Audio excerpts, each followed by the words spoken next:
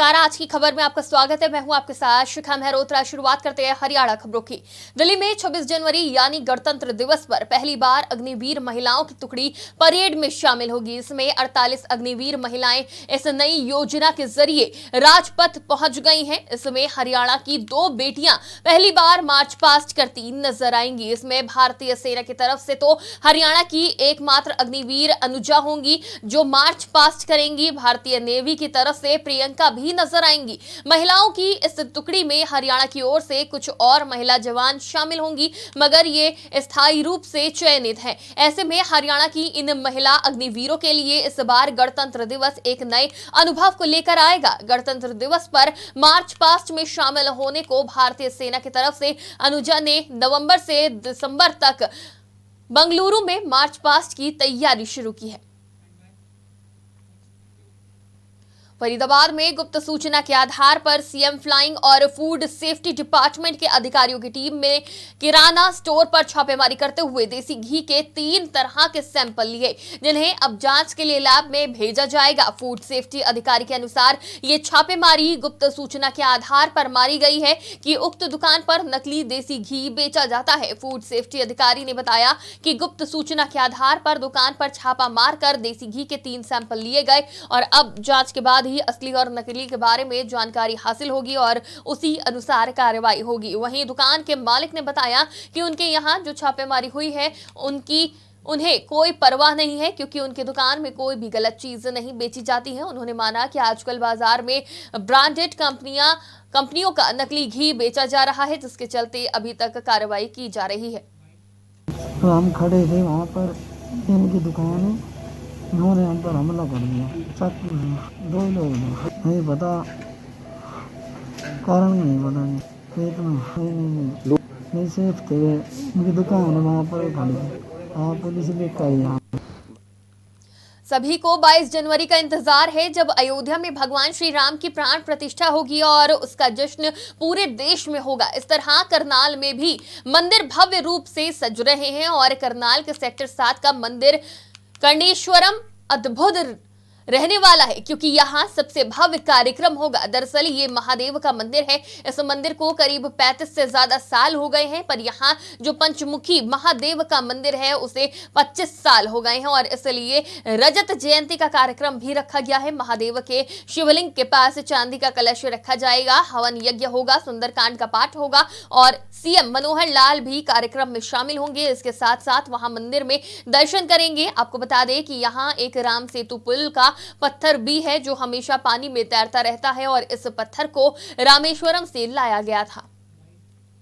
22 तारीख को अपने यहाँ एक तो सुबह प्रातःकाल में 8:30 बजे हवन यज्ञ आदि का प्रोग्राम रखा है। उसके बाद जो है 9:30 बजे से सुंदरकांड का पाठ होगा और 11 बजे अपना जो है चांदी का कलश श्री मनोहर लाल जी खट्टर मुख्यमंत्री जो हैं उनके द्वारा जो है यहाँ पर स्थापित कराया जाएगा।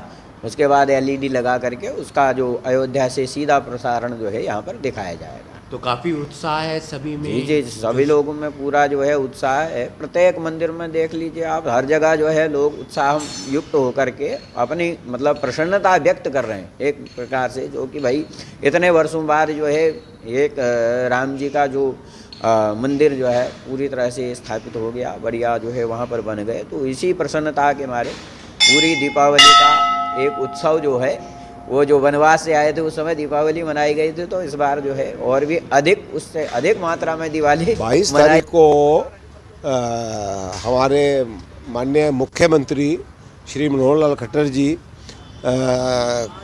10 बजे के करीब उनका यहाँ पहुँचने का कार्यक्रम है और उससे पहले हमारे हवन होगा 8:30 से 9:30 तक। उसके बाद सुंदरकांड का पाठ होगा और फिर उसके बाद कलश पूजन करके खट्टर साहब के कर कमलों द्वारा भोले बाबा जी के ऊपर स्थापित किया जाएगा, जो चांदी का कलश हमने बनवाया है।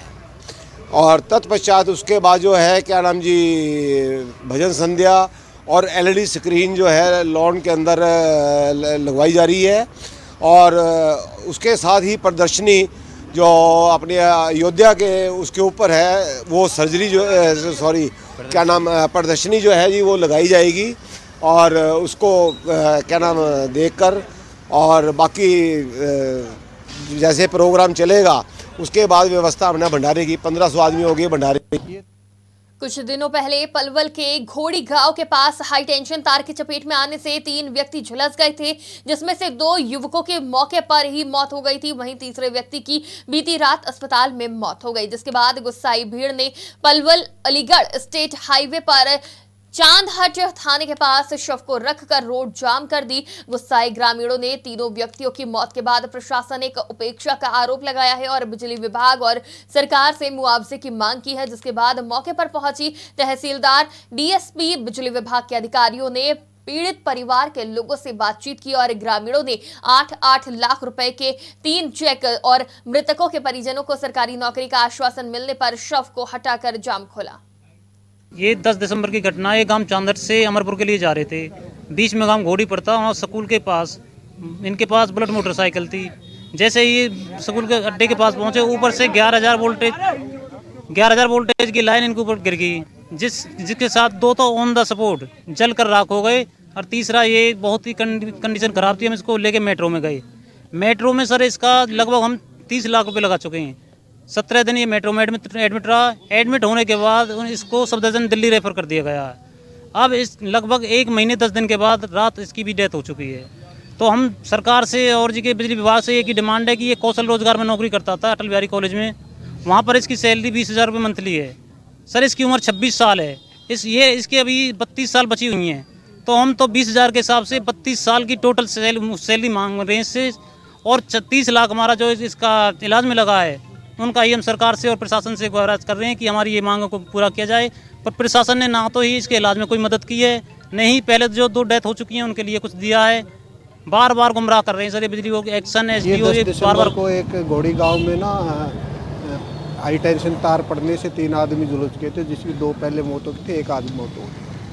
उसी संबंध मुआवजे के संबंध में इन्होंने अपनी डिमांड रखी हुई थी, जो है एक्शन बिजली बोर्ड ने आके इनको आश्वासन दिया है जो भी उचित कार्रवाई होगी। ऐसे नहीं, जो गवर्नमेंट की पॉलिसी है उसके भी से हो जाएगा, उन्होंने आश्वासन दिया है बिजली बोर्ड डिपार्टमेंट। तो नहीं, अभी गिरफ्तारी की कोई वो नहीं है, लेकिन वो भी होगा अगर लीगल बात होगी तो वो भी चलेगा। मुकदमा ऑलरेडी पहले दर्ज है। पहले हाँ 2 आदमी की पहले ही मौत हो गई। दीपक नाम था घोड़ी इसका। हमारी बिजली की लाइन है, उसका 11 के का तार टूट गया था, उसमें बर्डेज के कारण तो तार टूट के नीचे गिर गया और बाई चांस उसी टाइम ये बाइक पे जा रहे थे घोड़ी गांव में, तो बच्चों उसकी वाइफ सत्तो थे और एक दीपक लड़का था, तीनों एक ही बाइक पे थे और बाई चांस दुर्घटना हुई और बाइक पे ही तार गिर गया। तो उसके कारण जो बच्चों थे और सत्तो थे वाइफ उसी दिन ऑन द स्पॉट एक्सपायर हो गए थे और दीपक हॉस्पिटल में एडमिट था, बहुत सीरियस कंडीशन में थे और वो कल एक्सपायर हो गए थे। ये बहुत दुखद दुर्घटना है, हमें इसका बहुत दुख है और विभाग के नियमानुसार हम इसकी कार्रवाई करके कंपनसेशन जल्दी। सरकार की योजनाओं से किसान अब परंपरागत खेती छोड़ वैकल्पिक खेती की ओर अपने कदम बढ़ा रहे हैं। टोहाना का एक किसान जिसने 6 साल पहले एक झोपड़ी से मशरूम की खेती शुरू की, आज वो साल के लाखों रुपए कमा रहा है और उसने अपने जीवन स्तर को ऊंचा उठाया है। इतना ही नहीं, उसके इस प्रोजेक्ट से 32 लोगों को रोजगार मिला है। बता दें, गांव अंकावाली के किसान अवतार सिंह ने करीब 7 साल पहले एक छोटी सी झोपड़ी में मशरूम फार्मिंग शुरू की थी, जो अब 2 एकड़ के वातानुकूलित फार्म में तब्दील हो चुकी है। अवतार सिंह ने बताया कि एक दोस्त की मदद से उसने ये शौकिया शुरू किया था, मगर इसमें मुनाफे को देखते हुए उसने धान, गेहूं जैसी परंपरागत खेती को अलविदा कर दिया और सरकार और विभाग की मदद से काम को बढ़ाया। मेरा नाम अवतार सिंह है जी। पहले मैं गेहूं और धान की खेती करता था, उसमें मेरे को मुनाफा कम था, तो मेरे को एक तो मुनाफा ज़्यादा चाहिए था खेती में, तो मैंने फिर मेरा दोस्त था एक, वो मशरूम का काम करता था, उसको देख के मैंने ये काम शुरू किया था मशरूम का। उसके बाद मैंने 2017 में झोपड़ी का काम शुरू किया, झोपड़ी लगाई, 10 झोपड़ी लगाई थी मैंने। उसके बाद धीरे धीरे मैंने इसको बढ़ाया। अब 2023 में मैंने एसी प्लांट लगा लिया है और इसके ऊपर गवर्नमेंट भी सब्सिडी दे रही है जी। मेरे को 20 लाख के प्रोजेक्ट पे 8 लाख रुपए सब्सिडी दे रही है गवर्नमेंट। परंपरागत खेती से अच्छा है जी, मेरा मान लो मुनाफा ज़्यादा है उससे, बढ़िया चल रहा है और रोजगार गांव वालों को भी रोजगार मिल रहा है। हरियाणा की खबरों में फिलहाल के लिए इतना ही। देश और दुनिया की तमाम खबरों के लिए देखते रहिए आज की खबर।